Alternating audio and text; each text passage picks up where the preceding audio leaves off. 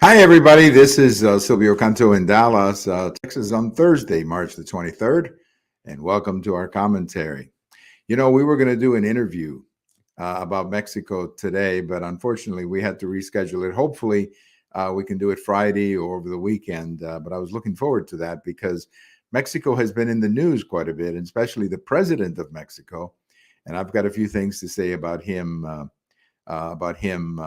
coming up. I guess the big story for the last few days has been this indictment or talk of an indictment of President Trump in New York. And it looks to me, and not just my opinion, but the opinion of people who are pretty smart, much smarter than I am with respect to these topics. But it looks to me like the case is falling apart. That somehow, again, from what you're hearing, the grand jury apparently is not ready to go with it, and this was such a weak case.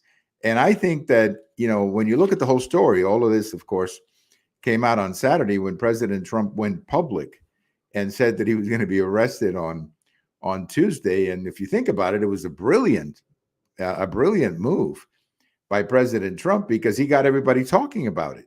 So all of a sudden, he was going to be arrested on Tuesday, and that put the pressure then on the district attorney to do something about it. And I don't think he's got the goods. Frankly, that's what I think is going on. And they talk that there might be some dissent in the grand jury, but I kind of look at it this way. Let's say you're a member of the grand jury and you live in New York City. Remember, these grand jury people are people who are just thrown together by the district attorney. They're sort of thrown together and given some information, and most of the time they go along with the indictment because that's just the nature of this thing. And many of these people, of course, they're looking at the district attorney who seems to be obsessed with Donald Trump. I mean, just obsessed with getting Trump. There doesn't seem to be any reasonable way that he'll go. He's just obsessed with Trump. And I think a lot of these people look at all of this and they say, wait a minute, this is the same district attorney who won't take care of my streets. I got to walk in these streets with criminals. If you're a business owner, a small business owner in Manhattan, you're constantly having to deal with people who break in to your bodega, let's say on Monday. And then on Wednesday, the kid is out in the streets because he was put in the streets by this district attorney. So my guess is that he doesn't have a lot of credibility with the citizens there in Manhattan. And when they're sitting there in the grand jury and they're listening to him obsessed with Trump, they're saying, wait a minute, don't you have something better to do than just to sit there and try to get Trump? So I think that's part of the problem that he's having. So my money, I'm going to make you a little prediction.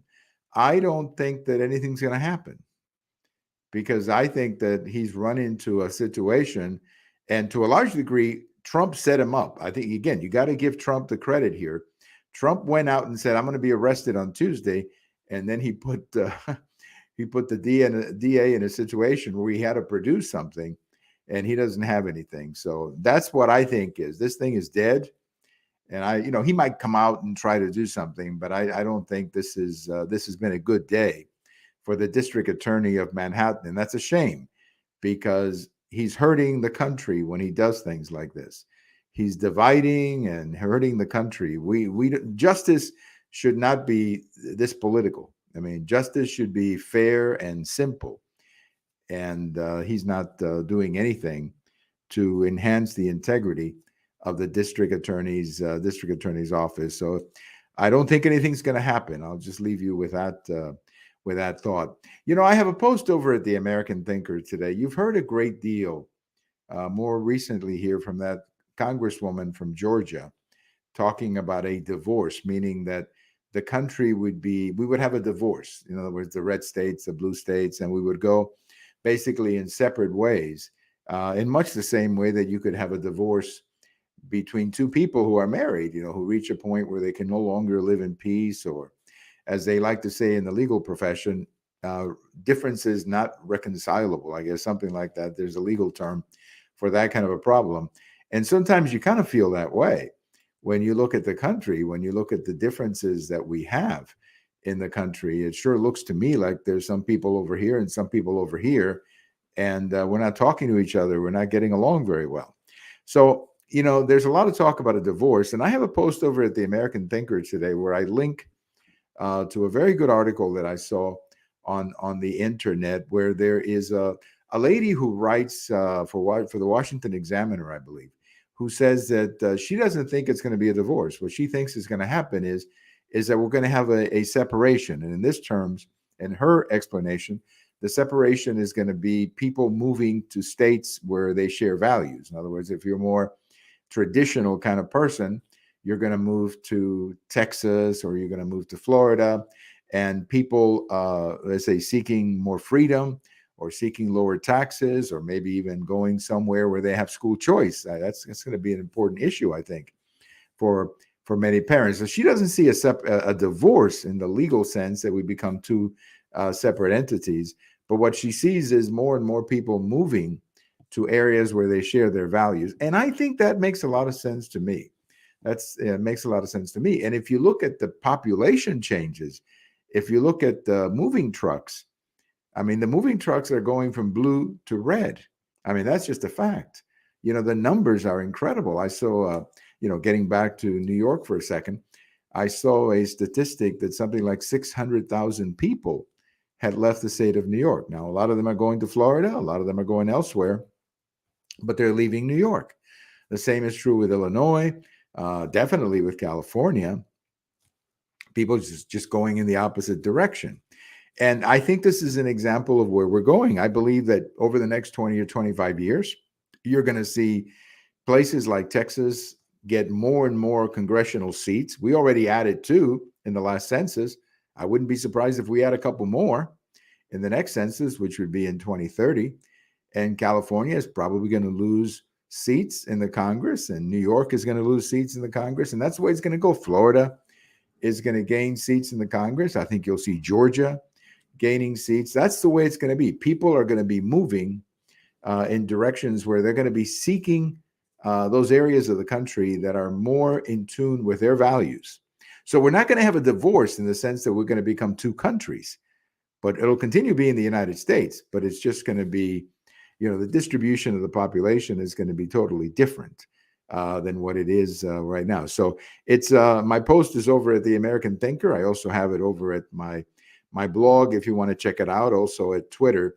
But I think that makes a lot of sense, that instead of divorcing legally, what we're going to do is just, people will just move around and they'll go to places where they share values, whether it's taxes, whether it's freedom, school choice, or whatever it may be. So that's what I think we're going to see over the next 20 or 25 years.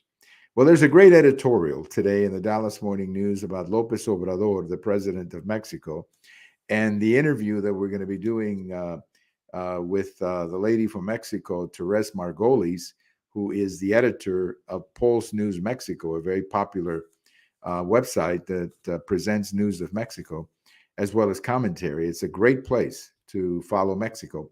And she was going to be joining us today, but unfortunately couldn't. But the topic that we were going to get into is exactly what is happening with President Lopez Obrador. The Dallas Morning News editorial today is really hitting him very hard because he's gone nutty. He's going nutty. I mean, he's talking about things like, for example, when the State Department came out and issued a warning about travel to Mexico, a warning that is completely legitimate given the situation in Mexico, given the violence in Mexico. It's a totally legitimate warning. I mean, they're not telling you not to go. They're just warning you that you may have some problems in Mexico. Well, anyway, he comes back and he says, that is, the president of Mexico comes back and says that this is all about politics. These are just those terrible Republicans who want to, I guess, demonize Mexico or whatever it may be. And apparently he doesn't seem to feel that his country has a problem with these cartels. He's sitting there, I don't know, doing these presentations and these charts about how much more safer Mexico is than the United States. Now, everybody who's looked at his information does not accept the premises or the conclusions that he's making. But still, it seems to me here we're talking about a man who has a very big opinion of himself, very big ego, And you have to begin to wonder, at what point is he compromised? Because how could he be saying some of these things? How could he be saying some of these things? And how is it helping Mexico to tolerate this kind of violence? It's not. It's not. So I don't know what's going to happen with President Lopez Obrador, but he's turning out to be a bit of a problem for the United States. They're very much turning out to be a bit of a problem. And as soon as we get an opportunity to connect with Miss Margolis down in Mexico City, we'll get into this more, because she herself has written some very interesting columns in her website about this issue. But something's going on with Mexican President Lopez Obrador. He's not making sense. He doesn't sound like a man who understands the threat that these cartels are to his country. I've got a post coming out Friday morning.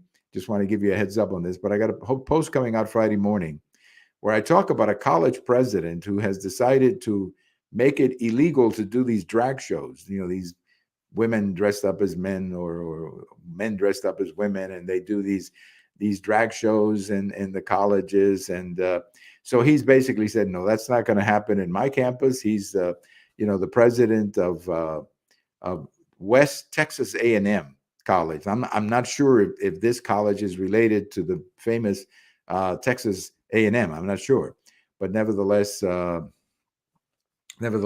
it has the same name, but it's just a different location. So I'm not sure about the relationship, but he has come down very hard of this. Now, of course, he's being accused of being homophobic and racist and sexist. You know what the story is, but I'm glad to see that there's an adult running a college. I mean, a lot of us have questioned whether many of these colleges have adults running the administration. I mean, you see these colleges where the students are, stopping people from giving speeches. They're graduating these people who degrees that nobody can use in life. So I'm kind of glad. That there is an adult running one of these universities and laying down the law, saying, no, we're not going to do that.